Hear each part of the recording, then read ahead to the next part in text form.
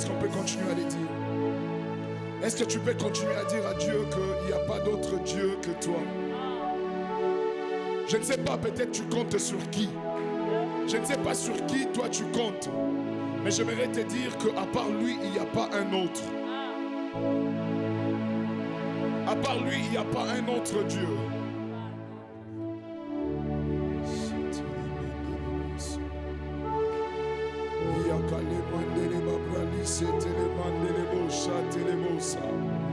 Ikele abosa tila mandela boshi kele mazota le babosa labralisa kolomo itele babosha katele mandele babose. Est-ce que tu peux monter dans ton esprit avec cette mélodie seulement? La mélodie va monter un peu, on va lui mettre un peu le volume et toi tu vas commencer à monter dans ton esprit. Tu vas dire à Dieu dans ton esprit qu'à part toi il n'y a pas d'autre Dieu. Chantele abosa kele mandele bose. Ikala bosa tele mandalisa tele boshindele bosa. Le kaye bale ati abosa tele bebe. Indo lobro soko lobo indele babosa kele mandele bese. Yabra la kale maleta lobos. Li mandale baba baba shoko lobo sindele brale. Yato lobo itele mandebo. Ikale baisa telebo. Yetale mandelebo sakelebo. Ikalabo satelebo shatelebo. Yamale teleba bo shakale masitelebo. Ikale mandelebo satelebo nebra lelelelebo setelebo. Lelebo sindelebo shatelebo ndebo sa. À part toi il n'y a point d'autre Dieu. À part toi il n'y a point d'autre Dieu. À part toi il n'y a point d'autre Dieu. À part toi il n'y a point d'autre Dieu. À part toi il n'y a point d'autre Dieu. Nous avons tenté à gauche, à droite, mais il n'y a des saluts en aucun autre. Si ce n'est toi, la bobo, si de l'ébé, c'est l'ébé, il y a calé, mandelebo, satelebo, et calé, mandelebo, si de l'ébé, bébé, c'est l'ébé. Est-ce qu'on est là? Est-ce qu'on est là? Est-ce qu'on est là? J'aimerais que quelqu'un monte et est en train de signaler au ciel, mais voici. Tu es en train de monter pour dire au ciel, mais voici. Je me présente ce matin. Le ciel me voici. Le ciel me voici. Le ciel me voici. Oh Père, je suis là. Je suis là, je suis là, je suis là, je suis là. Chaque aliment de l'ébo. Je suis en train de dire au ciel, je suis là, je suis là.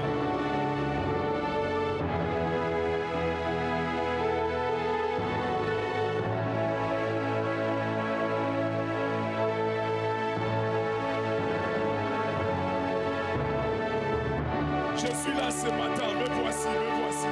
Chapaliata kolobose, lebra la telebo chitelebe. Tu vas dire aucun autre Dieu pour Sémélène. Nous ne voulons pas un autre, même si on nous le proposait. Nous n'avons que toi. Sémélène n'a pas d'autre Dieu. C'est toi le créateur des choses qui n'existent pas. Tu appelles à la vie. Tu appelles à la vie les choses qui n'existent pas. Tu appelles à la vie les choses qui n'existent pas. Tu appelles à la vie les choses qui n'existent pas. Alpha, Omega. Shetale baba baba babosa teleboshe. Etaya mandelebosa. Makalia bosa teleboshe telebe. Yakala mondelebose. Indelebosha lebabo roblosi tale mandeka eba. Lataya maleka lobose. Letale baba baba baba. Oh, tu relèves même ce qui était courbé. Ikala mandelebosha. Quelle est la dimension de ta vie qui était courbée? Ce matin, il vient relever. Oh.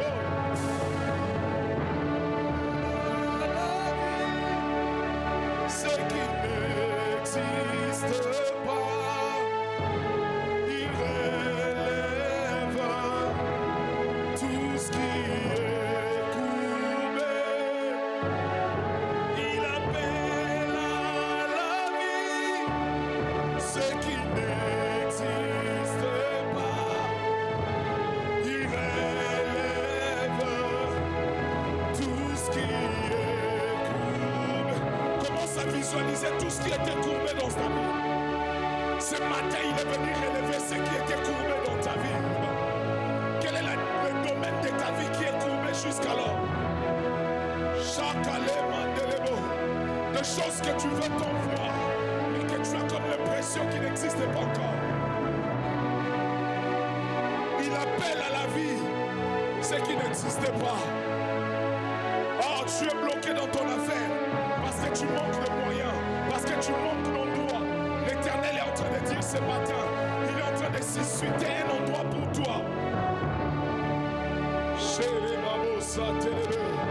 Parce que tu manques de ressources. Il n'y a personne pour te payer la formation. Il n'y a personne pour payer cette formation pour toi. Il appelle à la vie ce qui n'existe pas.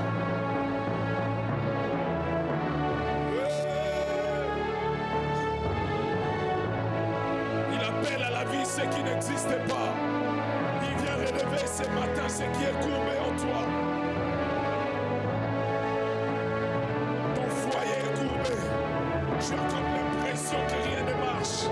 Tes projets sont courbés. Tu as comme l'impression que ça marche, mais pas dans le bon sens.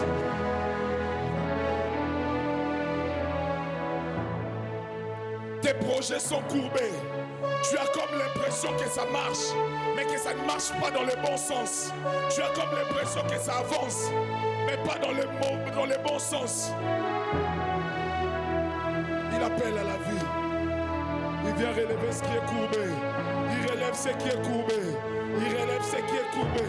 Je sens dans mon esprit que le Dieu que nous sommes venus chercher en ces lieux, pendant les jours de retraite, ce Dieu-là, il est en train de se manifester ce matin.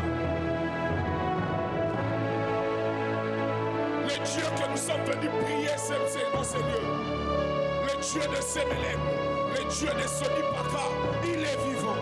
Il redresse ce qui était courbé. Qu'est-ce qui est courbé dans ta vie? Qu'est-ce qui est courbé dans ton esprit? Ta vie de prière qui était courbée, il les relève. Il les relève. Des projets qui étaient courbés, il les relève. La famille qui était courbée, il les relève.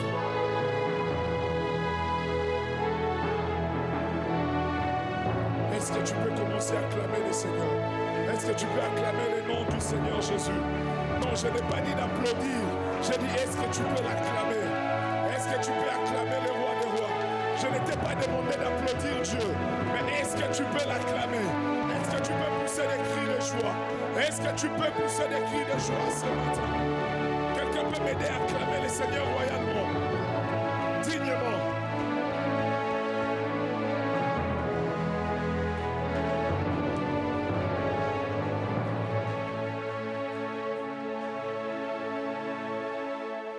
Est-ce que tu peux tout simplement regarder ton voisin et lui faire un sourire?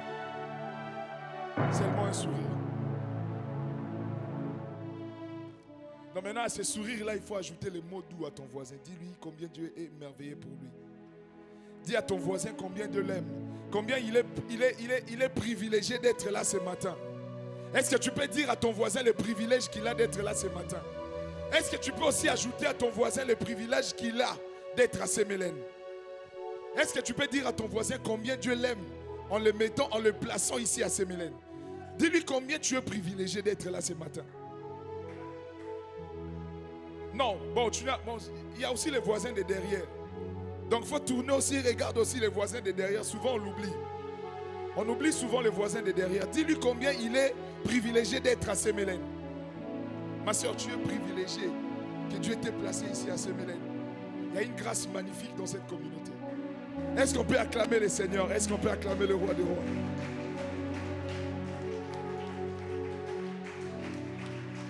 Est-ce qu'on peut pousser des cris de joie?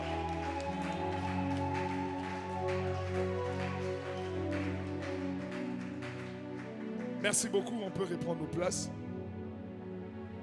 Si on peut nous remettre la lumière dans la salle, il est toujours mieux de voir. Merci. Ok. Gloire soit rendue à Dieu. Très heureux d'être là ce matin parmi nous. Amen. Pour ceux qui ne le savent pas, je suis le berger pour Paul de Sémélène. Tout court. Semelen tout court. Donc, même si c'est Semelen à Tingili, je suis là-bas. Même si c'est Semelen à Singapour. Alléluia. Bien aimé, il faut savoir une chose. Que tu n'es pas membre de Semelen. C'est toi qui es Semelen. Alors, je vais répéter ça. Tu n'es pas membre de Semelen. Tu es Semelen. C'est toi la vision. Quand on dit Semelen, c'est une église qui a une vision. La vision en question, ça doit se traduire en une personne qui est toi, qui est moi. Quand on parle de la mission, on a une vision, une mission. La mission doit être toi et moi. Partout où je suis missionnaire. Même si on ne me l'a pas dit, même si ce n'est pas papa qui ne m'a pas dit, bon, comme tu es où, je suis à tel endroit. Bon, essaye de voir. Non, de toi-même, de moi-même. Je dois me dire, je suis une mission partout où je vais.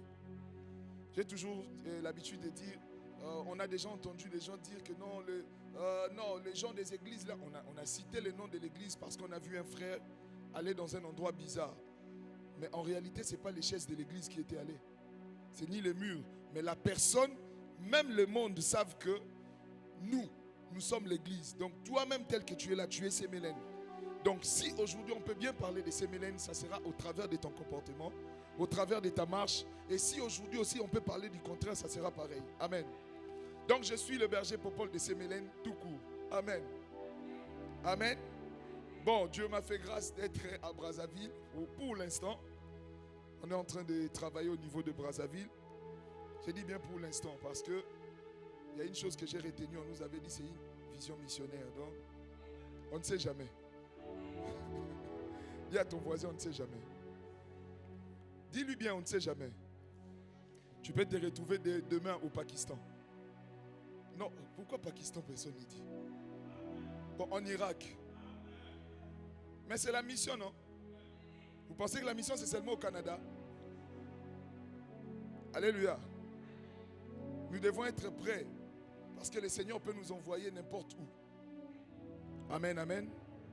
Ok, ce matin, nous allons continuer d'aborder les points qui sont mentionnés dans notre thème général de ce mois, où on parle des finances, on parle des affaires. Amen. Qui veut qu'on parle des finances et des affaires? Parce que la plupart des cas, les sujets qui font que les gens ne disent plus Amen ou fuient les églises, c'est quand on parle du péché et de l'argent. Ces deux sujets-là. Amen. Mais qui est content qu'on puisse parler des finances? Ok. Comme vous êtes content, je vais vous annoncer les sous-thèmes. Les jours où j'ai lu ces sous-thèmes-là, je m'étais mis à rire parce que je me suis dit, bon, je ne sais pas ce que Dieu avait donné à son serviteur, mais la plupart des cas, les thèmes sont souvent positifs. Hein, quand vous analysez les thèmes ou sous-thèmes, c'est dans le sens positif. Mais là, ça parle des étapes qui vous emmènent à devenir financièrement inutile. Qui veut devenir inutile? Vous voyez de quoi je parle? Alléluia. Donc, les étapes qui vous emmènent à devenir financièrement inutile. Les étapes qui vous emmènent à devenir financièrement inutile. Devenir inutile. Amen. Amen. Bien-aimé, si l'on peut devenir utile financièrement, on peut devenir aussi inutile financièrement. C'est possible.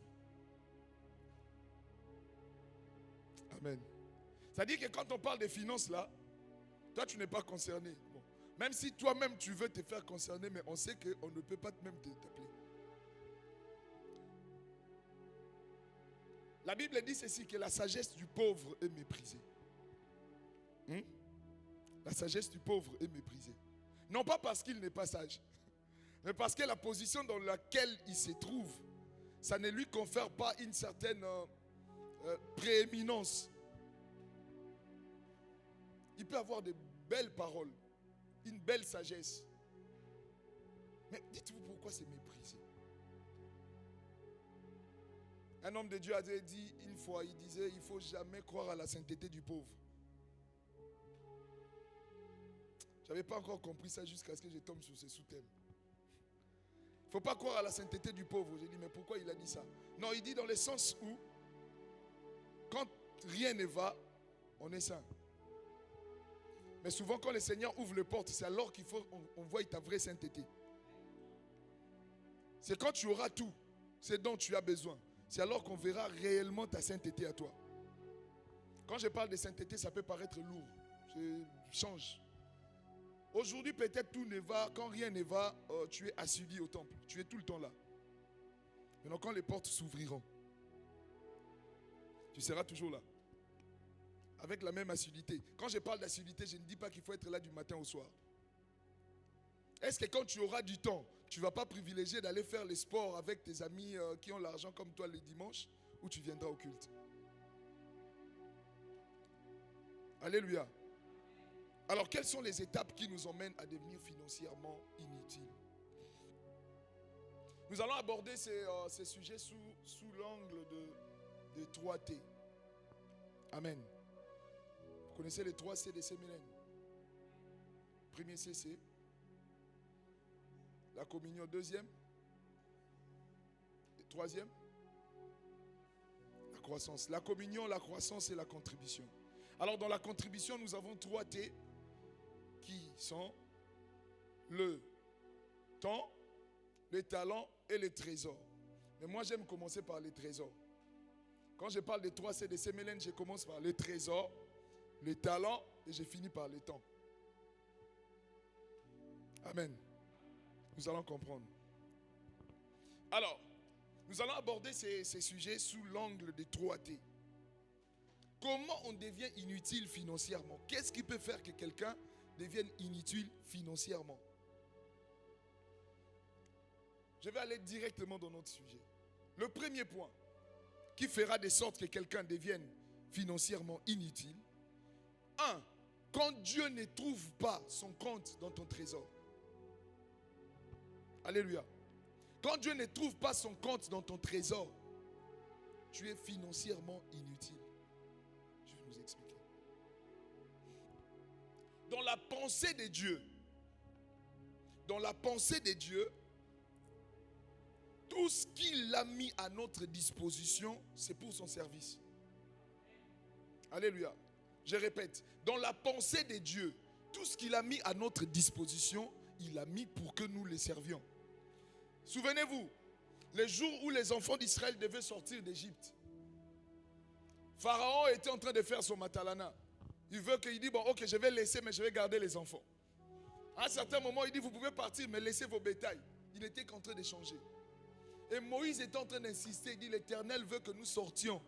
Parce que nous devons sortir, même pas un seul cheveu va rester en Égypte. Il faut que nous sortions avec tout ce qui est à nous pour aller le servir dans le désert. On n'ira pas servir Dieu avec le peu, avec une partie, mais avec tout ce qui est à nous. Alléluia. Vous savez, quand on est dans cette disposition, on redéfinit même la pensée de la dîme. Je vais essayer d'ouvrir cette parenthèse et la fermer rapidement. On redéfinit même la pensée de la dîme. Dans le livre d'Exode chapitre 13, le verset 2, Dieu dit ceci à Moïse. Il dit, dis au peuple que tout homme, tout premier-né m'appartient. Que ce soit le premier-né des bétails, que ce soit le premier-né des hommes. Dieu cherche la primauté. Alléluia. Alors quand je dis redéfinir la dîme, ça veut dire quoi? La dîme, ce n'est pas 1/10. Je l'avais dit dernièrement. La dîme, ce n'est pas 1/10.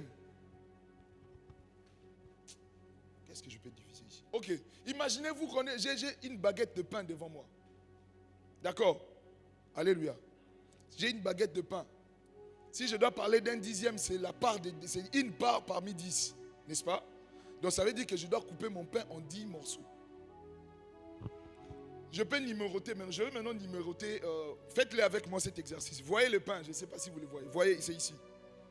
J'ai coupé mon pain en 10 morceaux. 10 parts. Ils sont des parts égales. Je numérote chaque part. De ma gauche jusqu'à ma droite, c'est 1, 2, 3, 4, 5, 6, 7, 8, 9, 10. Si je dois parler de 1/10, ça veut dire si je prends la part numéro 1, c'est 1/10, oui ou non? C'est 1/10, je dépose. Si je dis, bon, au lieu de donner à Dieu la part numéro 1, je vais lui donner la part numéro 10. Est-ce que j'ai donné 1/10, oui ou non? Si je dis, bon, au lieu de donner la part 10, je vais donner à Dieu la part numéro 5. J'ai fait 1/10, oui ou non?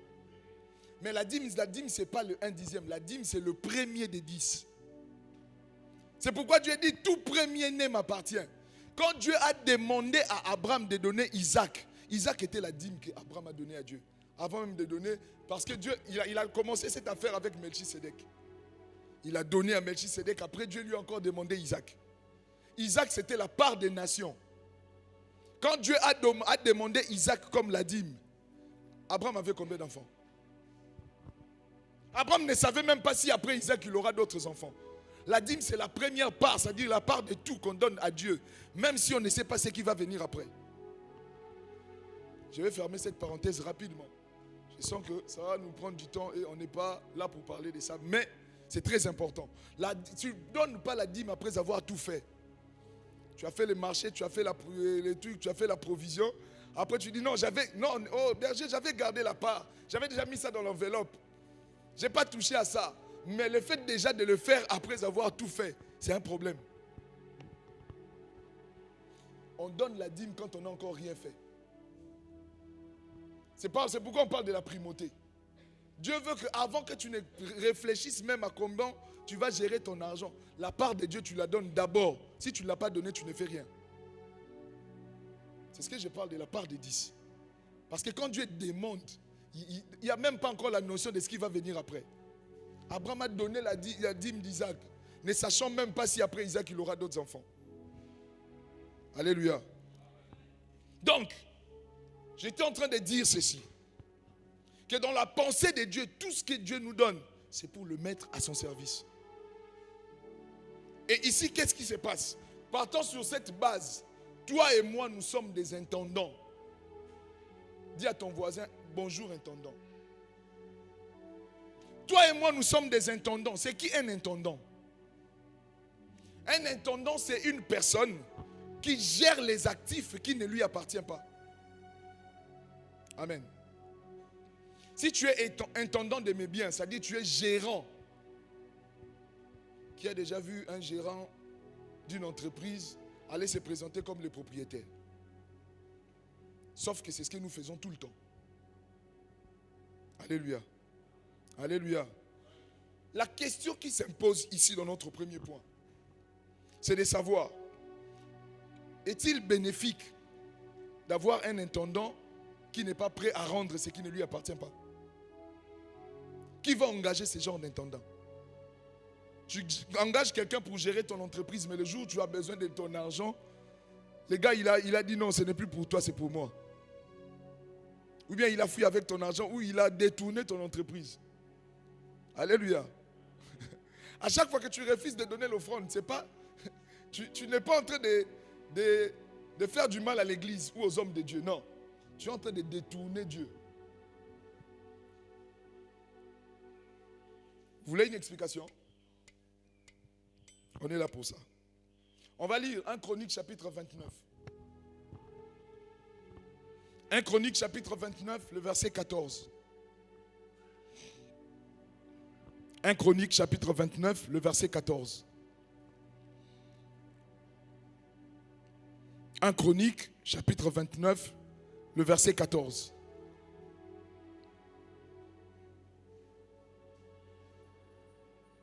Ici, David est en train de parler de quoi? Il parle de quoi? Des dons pour construire les temples. Alléluia. Il s'agit ici des dons pour construire les temples. Toi, quand on va te dire que non, il faut donner l'argent pour construire la maison de Dieu, tu vas dire non, à l'église on demande beaucoup. Amen. Alléluia. Je ne suis pas venu te choquer aujourd'hui, mais je suis venu te parler. Alléluia. Je suis venu te parler, je suis venu me parler à moi aussi. 1 Chronique chapitre 29, le verset 14. Écoutez ce que David dit. Après avoir reçu tous les dons, il fait maintenant cette prière de reconnaissance à Dieu. David dit, car qui suis-je et qui est mon peuple pour que nous puissions te faire volontairement ces offrandes? C'est une question. Écoutez la suite. Tout vient de toi. Nous recevons de ta main ce que nous t'offrons. Je vais répéter cette partie. Il dit, tout vient de toi. Nous recevons de ta main ce que nous t'offrons. On peut reprendre nos places, merci. David est en train de dire à Dieu, Il dit, qui est... Bien aimé, je vais nous dire une chose, une réalité qui est simple. Personne d'entre nous n'a la possibilité de faire une offrande de manière volontaire à Dieu. Alléluia. C'est pourquoi quand Jésus n'a pas encore conquis ton cœur, c'est pourquoi, si tu n'arrives pas à faire l'offrande de manière libérale, pose-toi la question sur sa vie chrétienne. Parce que personne ne fait les offrandes volontairement. Il faut que Dieu puisse conquérir ton cœur pour que tu puisses avoir la possibilité d'avoir ce qu'on appelle la libéralité. Maintenant, tant que tu n'as pas encore cette libéralité, examine-toi. Il y a quelque chose qui ne va pas dans ta chrétienté. Qui suis-je? Qui est mon peuple pour te faire ces offrandes volontairement? Nous recevons de ta main. Ce n'est pas question de volonté. C'est question ici, David est en train de dire, personne ne peut décider, je donne. Non, tu n'as pas à décider. C'est un devoir. Alléluia. Ne pense pas quand tu donnes l'offrande, tu es en train de faire tu es en train d'enrichir Dieu. Non, ce n'est pas question de volonté. C'est question de devoir. Pourquoi? Parce que tu es venu rendre ce qui ne t'appartient pas en tant qu'intendant. Nous ne donnons pas les offrandes. En réalité, c'est juste une expression qu'on utilise dans notre langage. Mais en réalité, on ne peut pas donner à Dieu. Nous lui rendons ce qui lui appartient. Parce que c'est lui qui nous a offert. Nous lui rendons ça en retour. Nous recevons de ta main ce que nous t'offrons. Il veut dire nous recevons de ta main ce que nous te rendons. Ça ne nous appartient pas. Alors tant que tu ne rends pas, tu es un voleur.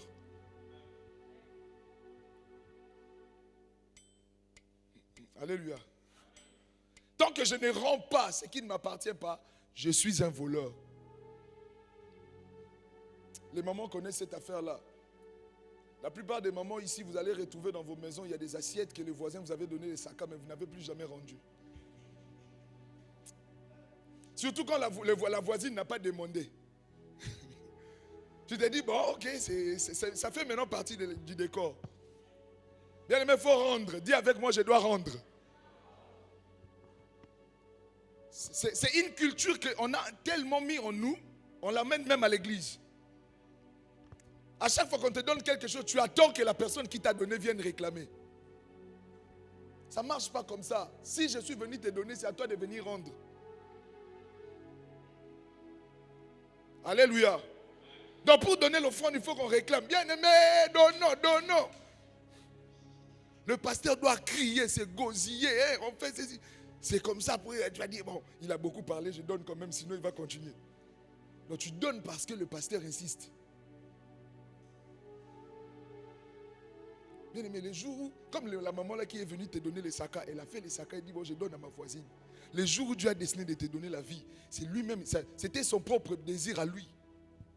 Il dit, je te donne la vie, je te donne tout. Maintenant, pour lui rendre ce qui lui appartient, tu attends que Dieu vienne encore te réclamer. Par rapport à la vie que je t'ai donnée, est-ce que tu ne peux pas donner pour mon œuvre? Est-ce qu'on trouve ça normal? Et on s'étonne que dans beaucoup de secteurs de nos vies, les choses ne marchent pas. On devient spirituellement pauvre, financièrement aussi pauvre. Pourquoi? Parce qu'on n'a pas la notion du rendu. Ce qui ne t'appartient pas, tu remets.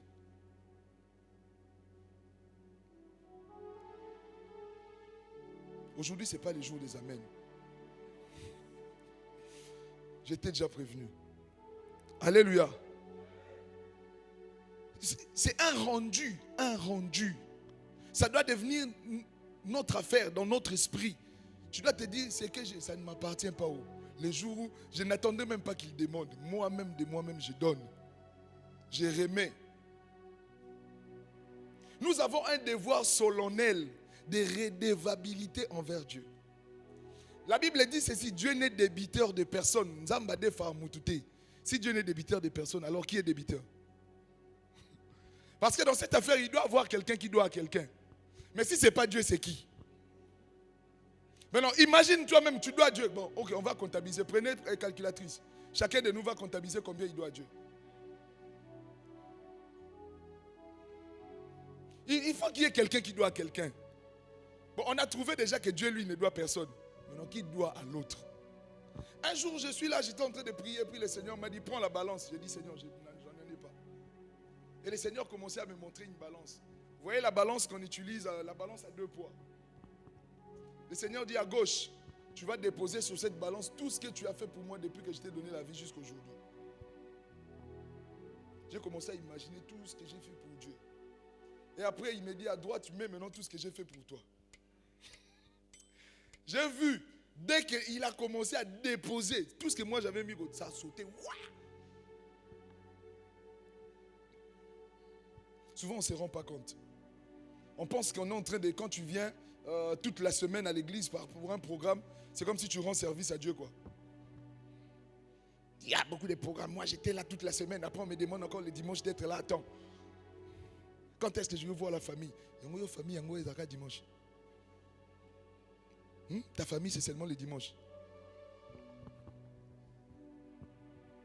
Et puis dimanche, heure à culte. Ça, c'est une famille des incrédules ou bien? Ça, ce sont des faux fouillons, des fausses raisons. Beaucoup de raisonnements quand il faut servir Dieu. Mais c'est nous qui réclamons que Dieu puisse nous bénir. On demande beaucoup de bénédictions à Dieu, surtout ma bénédiction financière. On demande beaucoup. Mais qu'est-ce que tu mets sur la balance? Je vais dire à quelqu'un ceci. Si tu as l'impression que non, on te demande plus, ou Dieu te demande beaucoup, c'est parce que tu as reçu aussi beaucoup. On est là. Formation. N2, N1. Il y a un jour, on va écouter, il y a aussi N10. Il dit, jusqu'alors, le pasteur nous a présenté jusqu'à 5, mais je suis sûr qu'il cache les N6, les 7, les 8, les 9 et les 10. Parce qu'il y a trop de formations. On demande trop. Mais parce que tu as reçu beaucoup. Tu ne rends pas service à Dieu. En réalité, tu ne te rends pas service à toi-même. Un frère m'avait dit un jour, non, moi j'ai servi Dieu, tout ce truc, mais je vois les choses ne marchent pas. Si ça continue comme ça, je vais pour moi laisser. Maintenant, quand il me dit, il s'est dit dans le sens que moi je dois lui dire, non frère, tu vois, il est un picot, tout ce truc. Je lui ai dit, mon cher, tu penses que si tu laisses, Dieu sera orphelin? Il dit, mais tu peux pour toi laisser. Il m'a regardé, oh, tu ne m'exhortes pas. J'ai dit, donc toi tu t'es déplacé, tu as pris ta décision, tu es venu pour que moi je t'exhorte. Tu sais ce que tu fais? Laisse. Dieu ne sera pas orphelin. Dieu a dit ceci, il dit si Élie, le jour où Élie pensait qu'il était c'était lui, si ce n'est pas lui, il y aura d'autres. Élie a dit à Dieu, je suis resté seul, on a tué tout. Dieu a regardé. Élie pensait que Dieu allait lui dire, oh fortifie-toi, prends courage. Continue, je serai avec toi. Dieu lui dit, si tu laisses, il y a 7000 qui n'ont pas encore fléchi les genoux. Élie lui-même, il s'est ressaisi. Il dit, bon, je continue quand même. Alléluia. Nous devons beaucoup à Dieu. Il y a des gens ici qui doivent à Dieu même le temps de prière. Bon, je vais revenir sur ce point-là après. On doit à Dieu. On doit à Dieu. Notre vie, c'est une vie plutôt de personnes qui doivent à Dieu. Tu dois beaucoup à Dieu. Ta vie, c'est ça. Jusqu'à ce que nous allons quitter cette vie. Nous allons les quitter comme des débiteurs. Des personnes qui doivent à Dieu. Et ce n'est pas anormal que Dieu te demande tout le temps parce que tu lui dois tout le temps. Personne n'a le pouvoir de payer, même avec l'argent, ce qu'il doit à Dieu. Tu ne peux pas. Amen. Amen. Je vais soulever un autre point. Pourquoi qu'est-ce qui peut faire qu'on devienne, je suis toujours dans le même point. Qu'est-ce qui fait qu'on devienne financièrement inutile? Écoutez un point très important sur ce premier. Tant que nous n'allons pas apprendre à bâtir d'abord pour Dieu. Je répète. Tant que nous n'allons pas apprendre à bâtir d'abord pour Dieu. Vous savez qu'est-ce qui va se passer? Dieu viendra souffler sur tout ce que nous avons emmagasiné. On a gardé. Je ne sais pas s'il y a quelqu'un ici qui a l'impression que tu travailles beaucoup, mais c'est comme si tu ne jouis pas de ce que tu fais. Tu as comme l'impression que tu es dans un éternel recommencement. Il y a quelqu'un ici, dans cette salle, qui tu as eu cette impression même cette semaine. Que tu travailles beaucoup, tu fais trop. Mais je vais te dire quelque chose ce matin que le Seigneur a mis sur la table de mon cœur. Dieu me dit ceci. Tant que la sémence, la récolte ne te plaît pas, change la sémence. Si ce que tu récoltes, ça ne te plaît pas, ne sois pas là à t'apitoyer sur la récolte, mais change ce que tu sèmes. et change ta manière de s'aimer. Bien aimé, écoutez, je vais lire Agé, chapitre 1. J'aime ce passage. Agé, chapitre 1, le verset 3 jusqu'au verset 9. Je demanderai votre indulgence parce que c'est 6 versets que je vais lire. Agé, chapitre 1, le verset 3 au verset 9. Il faut lire la Bible. Hein. Il y a un frère qui m'avait demandé, il dit, s'il y a Agé, il y a aussi moins âgé. Alléluia. Agé chapitre 1, le verset 3 au verset 9. Je vais lire. Écoutez, ici, c'est un palabre entre Dieu et les enfants d'Israël. Dieu est en train de faire ce qu'on appelle l'appel à la construction du temple. Je ne sais pas depuis quel temps on avait mis cette boîte-là pour la construction. Mais il y a d'autres personnes qui l'ont même oublié. On pense que ça, c'est la déco. Hein? Ça fait partie de la déco. Dieu est venu nous rappeler ça ce matin. Appel à la construction. Agé dit ceci. Le verset 2, je commence par le verset 2. Voici ce que déclare le Seigneur des armées célestes. Les gens de ces peuples prétendent que le temps n'est pas encore là. Il n'est pas encore temps de rebâtir le temple de l'Éternel. Alors la parole de l'Éternel lui fit adresser par l'intermédiaire du prophète Agé. Est-il temps pour vous d'habiter vos maisons qui sont bien lambrissées alors que le temple est en ruine? Maintenant, voici ce que déclare l'Éternel des armées célestes.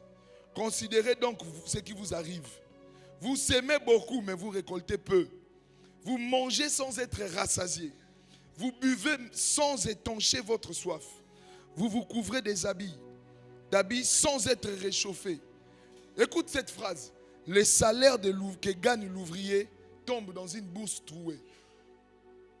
Le salaire que gagne l'ouvrier tombe dans une poche trouée. Voici ce que déclare le Seigneur des armées. Réfléchissez donc à ce qui vous arrive. Allez à la montagne, rapportez-en du bois et rebâtissez les temples. J'y trouverai plaisir et j'en serai glorifié. Verset 9. Vous comptiez sur beaucoup, mais vous avez obtenu peu. Vous aviez engrangé, vous avez amassé ce que vous avez récolté. Écoutez, il dit, et je suis venu, j'ai soufflé dessus. Hein, il est venu dans tes réserves, tu as dit ton compte bancaire là. Tu as dit j'ai gardé l'argent là, même si on dit, même si l'ange lui-même, Gabriel descend à l'église, il dit qu'il faut que je contribue pour la construction. Ça, le compte là, c'est un compte bloqué, on ne touche pas. Et Dieu est venu, il est venu souffler sur ses comptes. Il dit pourquoi j'ai fait ça?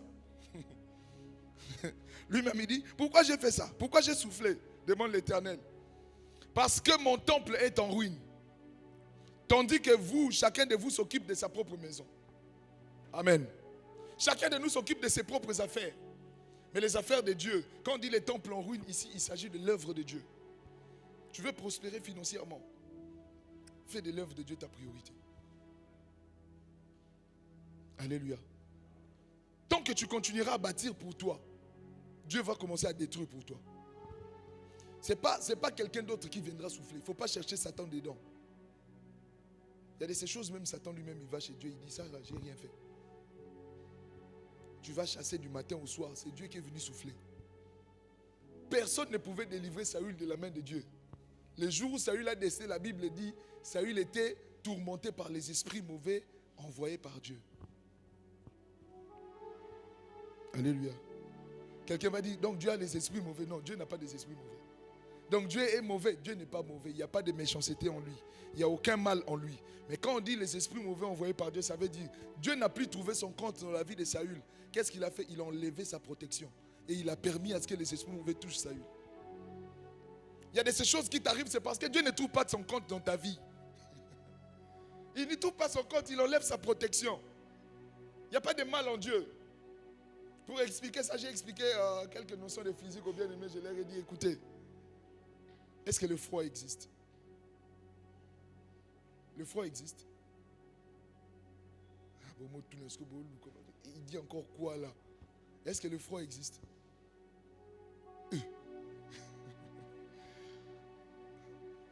Pour vous prouver que le froid n'existe pas, On a tous étudié à l'école, il n'y a pas d'unité de mesure du froid. Vous allez me dire degré Celsius. Degré Celsius, c'est l'unité de mesure de la chaleur. Alors le froid, c'est quoi? C'est l'absence de la chaleur. C'est pourquoi quand il faut mesurer le froid, on dit moins. C'est-à-dire, il manque de chaleur, c'est pourquoi on sent le froid. Mais en réalité, le froid n'existe pas. Tant qu'il n'y a plus de chaleur, c'est le manque de chaleur qu'on appelle froid. Dieu n'a pas envoyé les esprits qui viennent de lui. Non, c'est juste le manque de la protection de Dieu qui a fait que Saül devienne vulnérable. Tel que nous sommes là, tant qu'il n'y aura pas la chaleur de Dieu, tout ce que tu fais est vulnérable. Tout, sans exception. Tu peux dire, mais je suis en train de prospérer, mes affaires marchent. Oh, t'inquiète, c'est le feu de paille. Alléluia. On ne va jamais en guerre avec comme explosif les feux d'artifice. Ou les pétards. Tu vas en guerre. On dit, bon, toute l'armée congolaise, on va vous donner des munitions, on leur donne des pétards. Alléluia. Tout ce que tu peux voir qui paraît beau là, ce sont des pétards. Ça va exploser et ça va finir. Ça ne fera aucun dégât. Amen. Bien aimé, Dieu peut souffler sur tes affaires quand il ne trouve pas son compte, il souffle. Et ce point me pousse à aller, ça nous aide à faire la transition avec le deuxième point. Comment on devient financièrement inutile? Deuxième point, c'est quand Dieu ne trouve pas son compte dans ton talent. Quand Dieu ne trouve pas ton compte dans ton talent, tu deviens financièrement inutile. Quand on dit devenir financièrement inutile ici, il faut savoir une chose. C'est Dieu qui fera en sorte que tu deviennes inutile. Dieu va peser de tout son poids. Il va faire de son mieux pour que tu deviennes inutile. Il dit, mais on parle de quel Dieu? Oui, on parle du Dieu d'amour. Alléluia. Dans son amour, il fera que tu deviennes inutile. Et ça, c'est quel amour, ça? Oui, c'est l'amour de Dieu. Amen. Vous savez, quand on n'arrive pas à tirer profit du talent ou des talents que Dieu nous a donnés, on devient inutile. Souvenons-nous, dans le livre d'Exode chapitre 31, Dieu dit ceci à Moïse. J'ai appelé Betsalel. Vous connaissez l'histoire de Betsalel? Il dit, j'ai appelé Betsalel. Je lui ai donné la capacité de faire toutes sortes d'ouvrages. Bien aimé, je ne sais pas si vous réalisez. Dieu a donné à Betsalel la capacité de faire toutes sortes d'ouvrages. Je vais vous montrer là où se trouve l'inutilité de quelqu'un qui n'arrive pas à exploiter son talent. Inutilité financière. Betsalel, Dieu lui a donné la capacité de faire toutes sortes de talents, de travaux. Vous savez pourquoi? Parce qu'il était question, si vous avez remarqué, depuis qu'on a commencé, on ne parle que de bâtir. Bâtir le temple, rebâtir le temple. Il était question de bâtir les tabernacles. Et Dieu a dit à Moïse, ne t'en fais pas. Bien aimé, Dieu n'est pas allé chercher les ingénieurs égyptiens. Vous savez pourquoi je parle de ça? Parce qu'à cette époque, même la science de l'architecture, ça vient de l'Égypte. Il n'y avait pas plus puissant comme Égyptien en termes de construction. Les constructions qui ont été construites en Égypte sans ciment, sans pâte que nous faisons, tous les trucs là, mais ça existe jusqu'à aujourd'hui. Si vous voyez les pyramides, il n'y a pas de mortier entre les briques. Tu te poses la question, ils ont fait comment pour faire tenir ça? Dieu pouvait aller chercher des architectes en Égypte. Dieu dit à Moïse, non, je vais trouver parmi vous, seulement parmi vous. Bien aimé, regarde. Je vais dire une chose simple. Ne pense pas toujours que quand il faut faire des travaux au niveau des séminaires, on doit aller chercher ailleurs. Si aujourd'hui on a des problèmes, souvent c'est parce que toi et moi, on n'est pas en train de mettre en exercice, en exergue, ce que Dieu a mis en nous. Alléluia. Je vais venir doucement, on va aller doucement. La bonne nouvelle est que cette affaire ne s'est pas arrêtée à Betsalel dans l'Ancien Testament. La bonne nouvelle est que chacun de nous, proportionnellement à sa grâce, Dieu a déposé un talent. Je dis bien proportionnellement à sa grâce. Il ne faut pas dire moi aussi je dois avoir le même talent que maman Christelle. Chacun, j'ai dit proportionnellement à sa grâce. Non, moi je vais seulement être comme papa seulement. Bon, être comme lui c'est bon. Chercher un modèle c'est bien. Mais je vais recevoir depuis quand? Alléluia. C'est proportionnellement à ta grâce. Regardez dans le livre de Matthieu chapitre 25. Nous allons un peu analyser Matthieu 25, le verset 14 au verset 30. On nous parle d'un maître qui devait partir. Il doit partir pour un temps. Il appelait 3 ouvriers. Il appelle le premier, il lui donne 5 talents. Alors, ce que je veux dire quoi? Les talents, ce n'est pas une pièce. C'est seulement dans la culture après juive, on a commencé à les citer comme pièces. Mais en réalité, quand on parle des talents ici, dans d'autres versions, même dans la version des semeurs, on parle de lingots. Des petits lingots. À l'un, il a donné 5. Au deuxième, il a donné 3. Et au dernier, il a donné 1. Le maître est parti.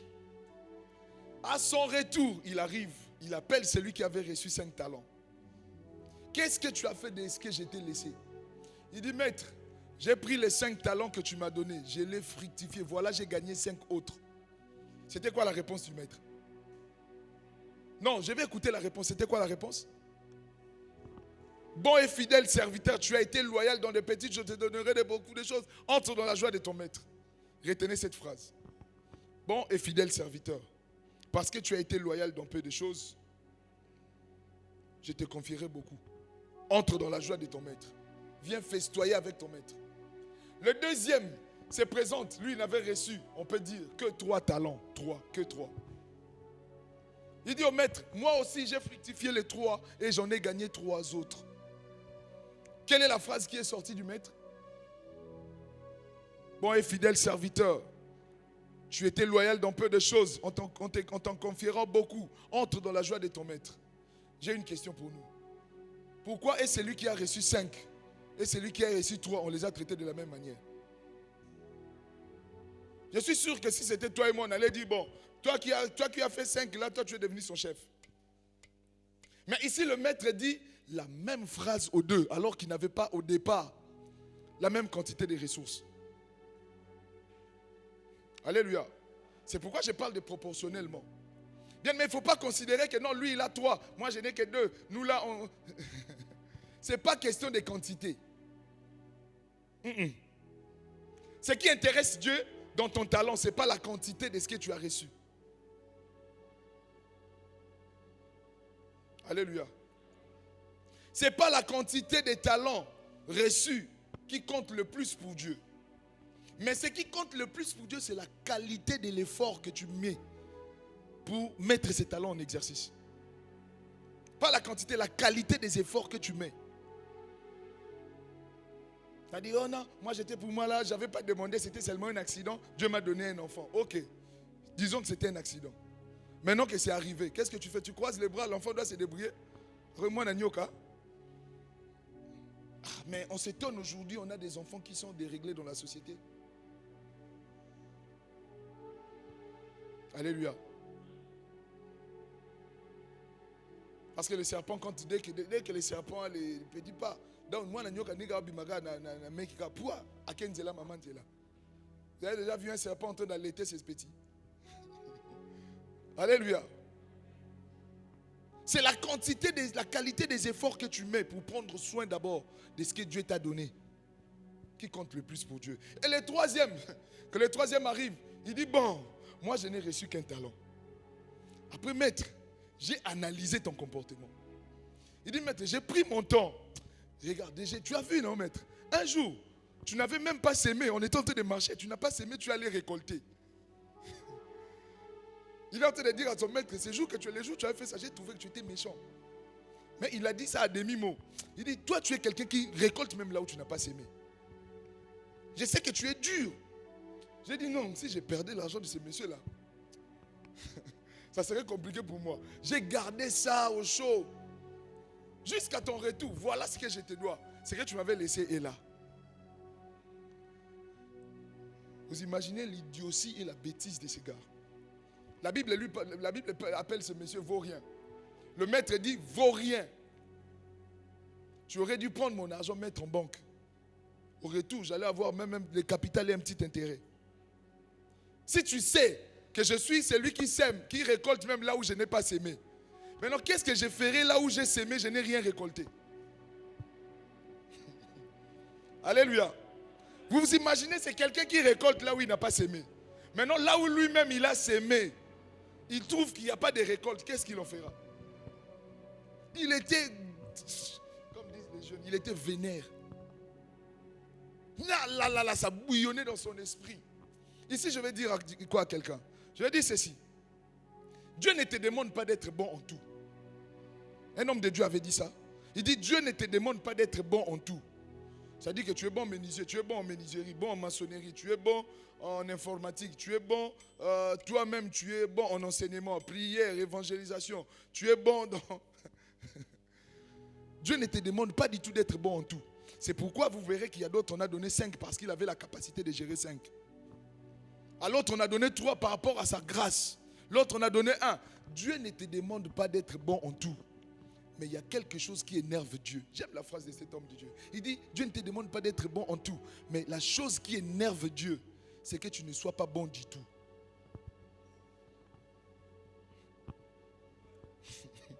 Non, j'ai été poli, je n'ai pas dit bon à rien. Je n'ai pas voulu dire bon à rien.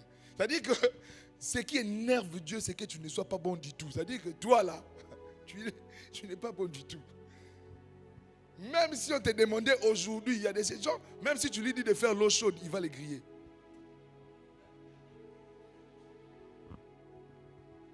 Juste pour te dire que la personne il n'est pas bon du tout. Il peut même griller l'eau chaude. Là, tu te poses la question, comment? Alléluia. Bien, mais tu as reçu beaucoup, c'est pourquoi on te demande beaucoup. Tu ne mets pas ton talent en exercice. Comment tu veux que l'église de Dieu puisse aller de l'avant? Et pourquoi tu veux que Dieu te bénisse? Le sort, c'était qu'on lui dit, bon, ok, prenez les talents là, donnez à quelqu'un d'autre. Ah, celui qui n'a pas, on notera même ce qu'il a. Ça, c'est une phrase très philosophique et qui demande à pousser la réflexion. Celui qui n'a pas, on notera ce qu'il a. Comment? Comment quelqu'un qui n'a pas, on va lui ôter ce qu'il a? On dit qu'il n'a pas, et c'est Dieu lui-même qui dit, ah, celui qui n'en a pas, on notera même ce qu'il a. À chaque fois que j'arrive sur cette fois, je pense à cet enfant-là à qui on avait, ils étaient en train de faire les opérations, la soustraction. 1 moins 2. Il dit, maître, c'est impossible. Il dit, ok, 2 moins 1, ça fait 1. Après, il dit 1 moins 1. Il a bloqué.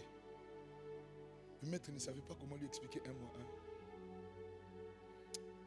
Il dit, ok, attends.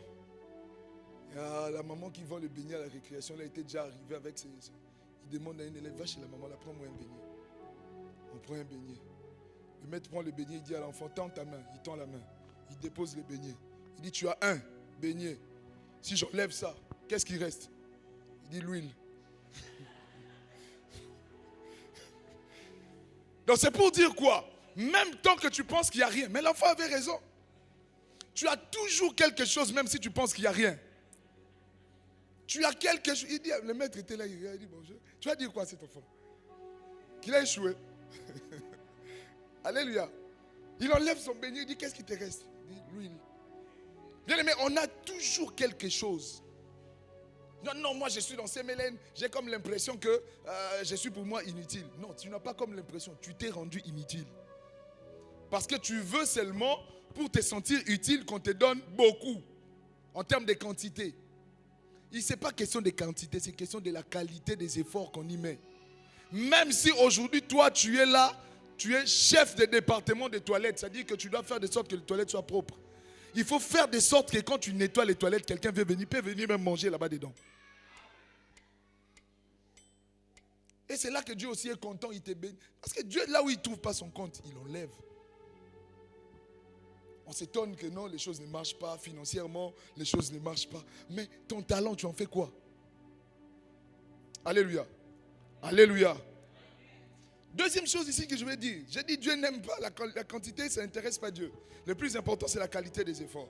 La deuxième chose, j'ai dit Dieu n'aime pas les pertes. C'est pourquoi il s'est fâché. Le maître s'est fâché, il dit, vaut rien, je t'ai donné un talent, tu n'as rien fait. Prenez.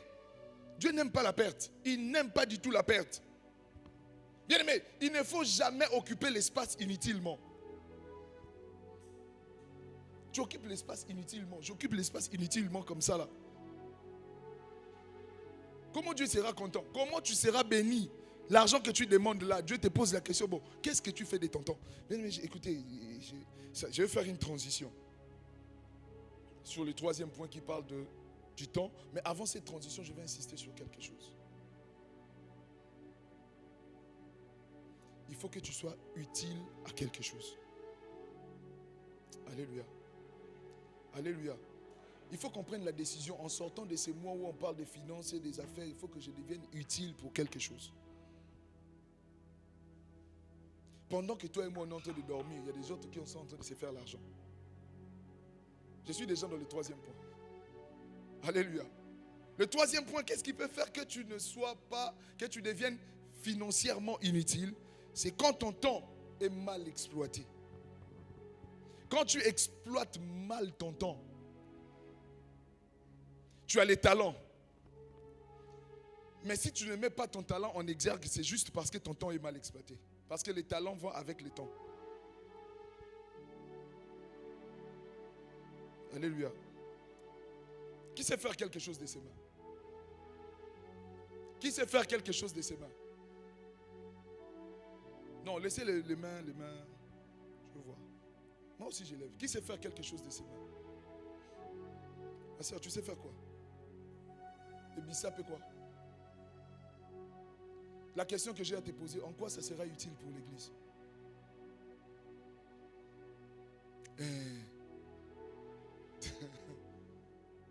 Elle fait les vents avec les stylos.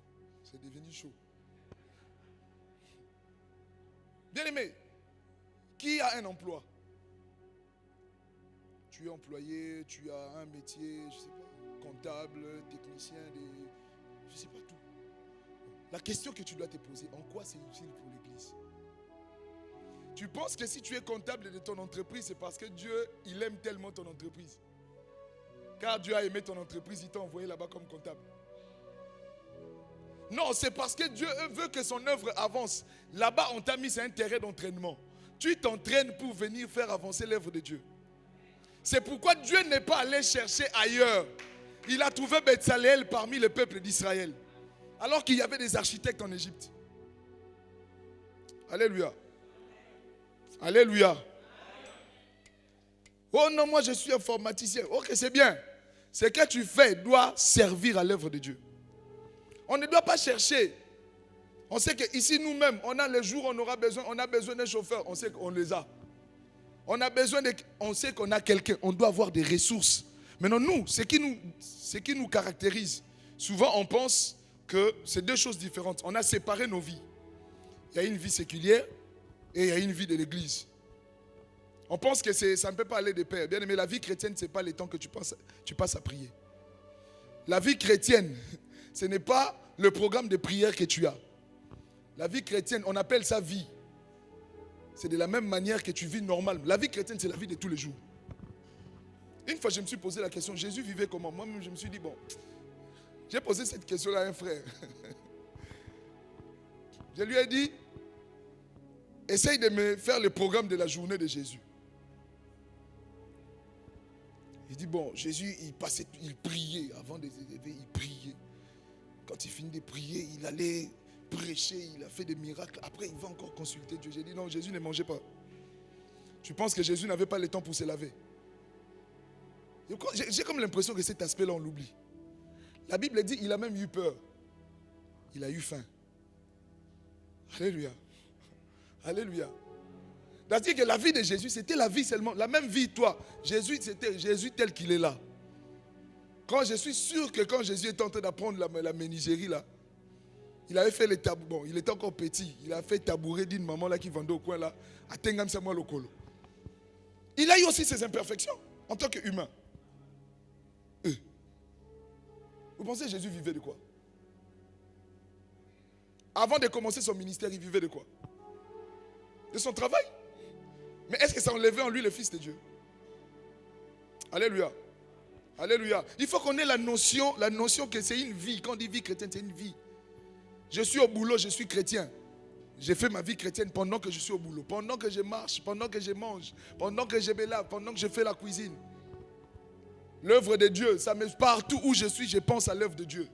Quand je vais dans une formation où on me dit non, pour bien faire la communication, tu dois faire ça, je pense, ça, cette technique-là, si on l'applique dans la communication de l'église, les choses vont s'arranger.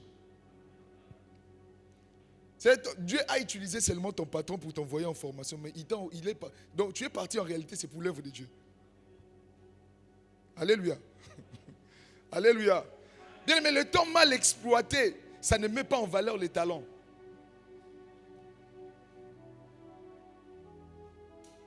Avant de continuer, on va faire un exercice. Mais avant cela, on va lire d'abord Proverbe 24, 33 à 34. Écoutez ce que la Bible dit.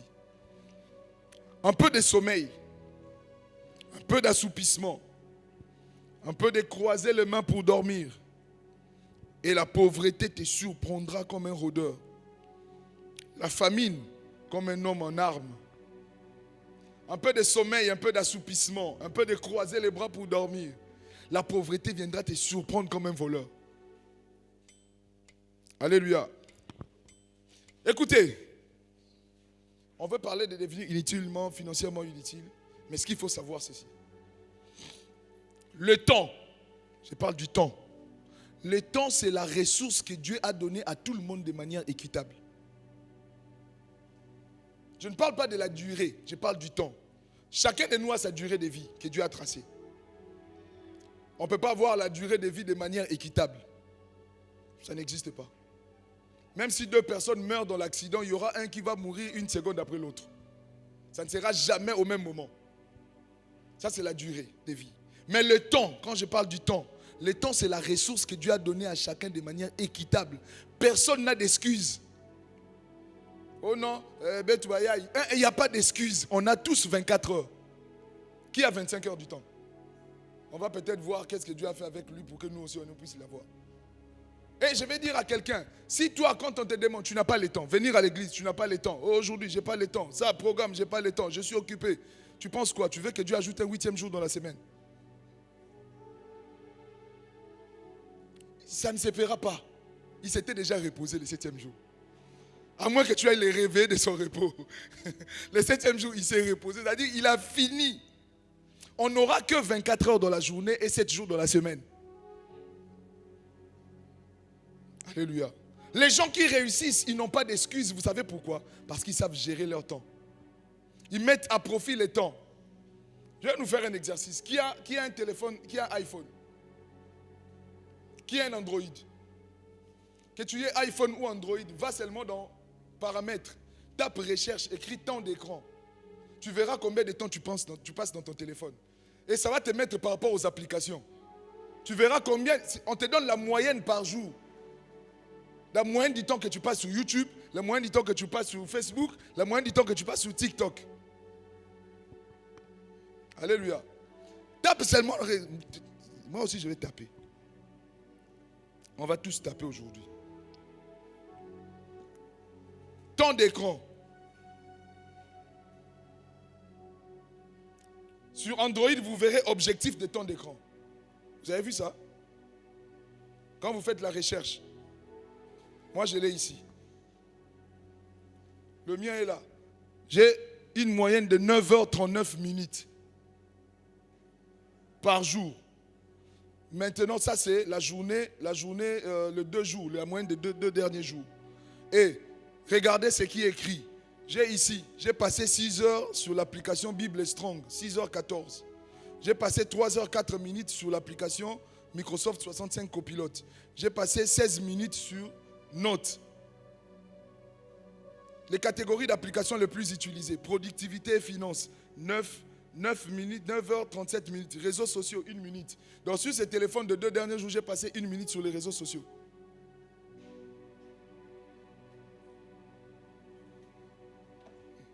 Bon, maintenant, toi, dis-moi, chez toi, c'est sorti quoi?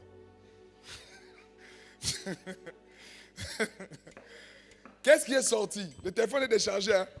Que Dieu te voie. Alléluia. Et on se plaint que la Bible dit ceci. Tant que l'héritier sera comme un enfant, il ne diffère en rien d'un esclave. Alléluia. Alléluia. Tant que l'héritier sera comme un enfant, il ne diffère en rien d'un esclave. C'est pourquoi ne vous étonnez pas qu'il y a des esclaves qui marchent sur les chevaux et les princes sont en train de marcher à pied. Bien aimé, ça, ce sont des versets qui me révoltent. La force d'une communauté, c'est quand on a des gens, des bien-aimés qui savent utiliser leur temps au profit. Faire profiter de leur temps pour pouvoir... Bien-aimé, les temps que tu passes sur TikTok là, tu peux faire des tutos sur YouTube et regarder comment on fait pour... Je sais faire le biceps, mais comment faire pour rendre mon biceps industriel? Comment faire un plan, un business plan? Comment faire... Tu as Internet. Tu achètes ton crédit pour t'abrutir. Tu achètes le crédit, tu actives, mais pour t'abrutir. C'est pourquoi quand on va dire, venez mettre l'offrande, il y a raté. Le temps où tu pouvais faire pour avoir l'offrande à mettre à l'église, tu as passé sur TikTok pour regarder des vidéos de chats qui sont en train de jouer au piano. Il y a des vidéos comme ça, les chats jouent au piano et ça te fait plaisir. Toi, tu penses que les chats là vont venir jouer à l'église si on a besoin d'un pianiste. Au lieu de regarder vidéo comment apprendre à jouer au piano pour que toi tu joues, toi tu regardes les chats sur TikTok qui jouent au piano. Alléluia. Après on s'étonne que les gens qui sont en train de réussir financièrement, la plupart sont des païens. Mais parce que nous on est encore comme des enfants. Tant que l'héritier sera comme un enfant, il ne diffère en rien d'un esclave. Vous pensez que ça fait plaisir de travailler pour un païen? Hein? Bénissez le Seigneur si vous avez des chefs qui sont compréhensibles, même. Ça fait plaisir. Imaginez, tu arrives comme ça, tu dis non. Il dit, mais pourquoi tu n'étais pas? Non, j'étais allé au culte. Qu'est-ce que j'ai à faire avec ton culte? Là, tu es là, maintenant tu vas lui dire quoi? Au nom de Jésus. Ça doit nous révolter. C'est ça quand on parle de devenir financièrement inutile, c'est ça. Le jour où on a besoin, vous savez, si on a besoin de dire on va construire, on est en train de faire la construction, on a besoin de 10 millions. Si seulement chacun de nous pouvait avoir la capacité de sortir 200 000, on compte le nombre de personnes qu'on a. Si on est 100, ça fait combien? Si on est 100, chacun donne 200 000. Vous imaginez combien on aura? Souvent on a parce qu'il y a seulement quelques-uns qui peuvent supporter la charge. C'est pourquoi la charge paraît lourde. Regardez la fourmi. Une fourmi a la capacité de soulever 5 fois plus son poids. Maintenant quand ils se mettent ensemble, ils multiplient les 5 fois par fourmi par le nombre de fourmis qui sont. Bien, mais si tu t'allonges là, les fourmis peuvent te soulever et te déplacer.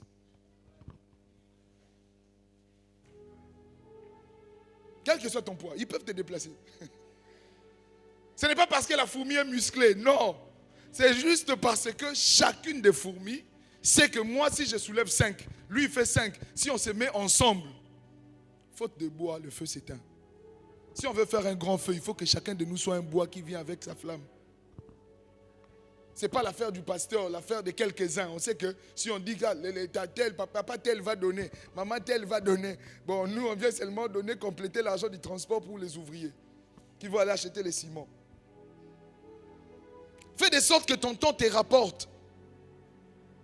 Alléluia. On est dans le monde aujourd'hui, la guerre de l'information. La guerre du numérique. On est dans le monde du numérique aujourd'hui. Tu peux passer un mois sur Internet et tu apprends un métier sans pour autant aller à l'école.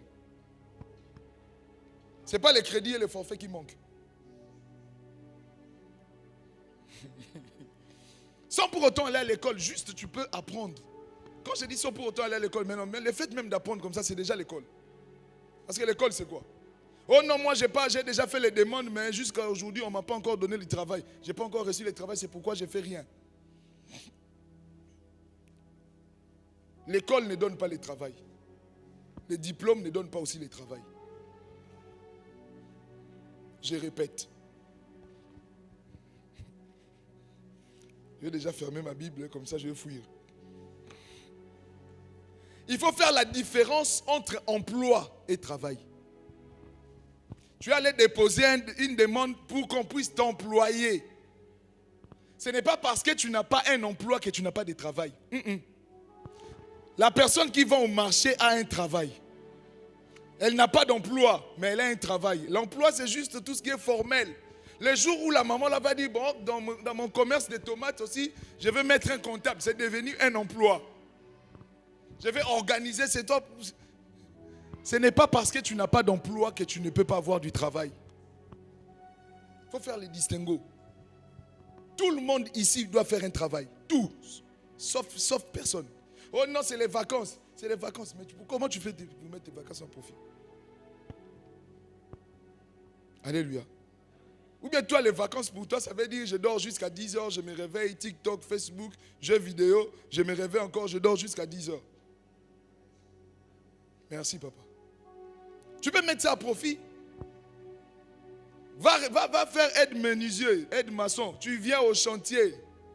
Tu vois comment les ferrailleurs travaillent. Peut-être que tu seras architecte demain. Il y a des choses que tu peux prendre déjà de l'avance aujourd'hui. Bon, je ne dis pas que non, tu ne dois pas t'amuser parce que c'est les vacances d'une, mais il faut faire la part des choses. Tu t'amuses, tu vas aussi, toi-même, tu vas, ah d'accord, j'ai vu que ces derniers temps dans la parcelle, les fleurs sont en train de faner. Tu te donnes un programme, moi-même, je vais commencer à arroser les fleurs, je vais les tailler, je vais suivre. Fais quelque chose de tes mains. Sème le matin, sème le soir. Tu ne sais pas quelle sémence poussera en premier. Alléluia. Bien-aimé, on doit être révolté. On doit être révolté. Il faut refuser. Regardez, je vais finir par ça. Ce n'est pas forcément parce qu'il y a beaucoup. Mais j'ai pris la décision. Le jour où là, j'étais en train de prier. J'ai dit, Seigneur, pourquoi nous qui prions là, surtout les frères qui sont très, très, très spirituels, les TTS, ils ne donnent pas l'offrande. Ils pensent que l'offrande, c'est sa prière. Les instrumentistes, c'est surtout les pianistes. Ils ne donnent pas l'offrande. Parce que le pianiste va te dire, non, pendant l'offrande, j'ai joué.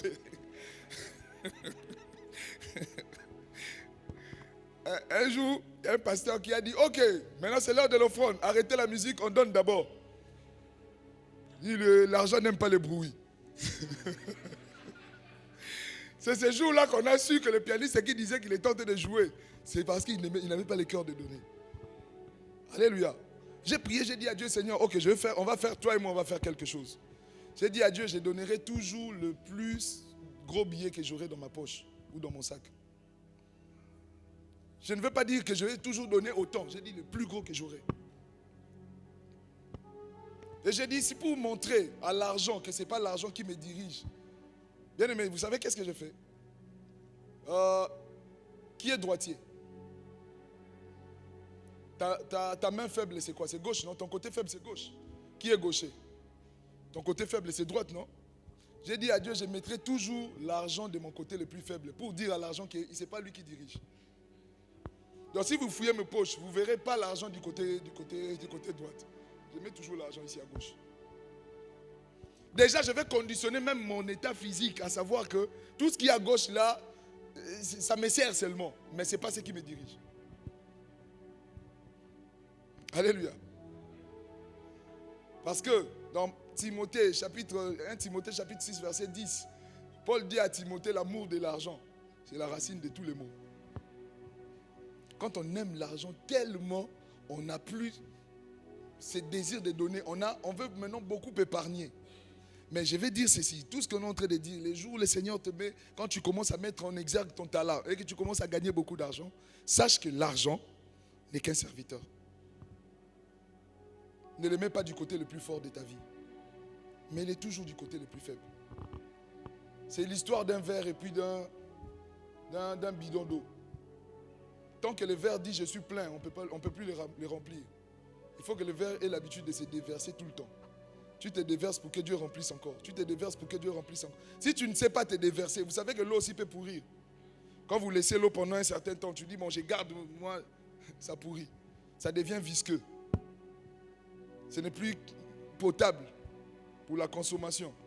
Tu as des richesses, mais qui n'est plus potable. En réalité, tu es inutile. Est-ce qu'on peut acclamer le Seigneur?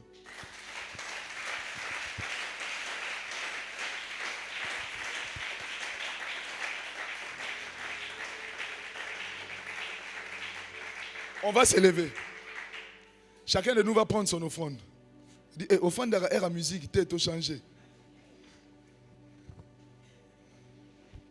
Alléluia. Frère, j'ai dit chacun de nous prend son offrande. Chacun de nous va prendre son offrande. Avant musique, on donne d'abord l'offrande.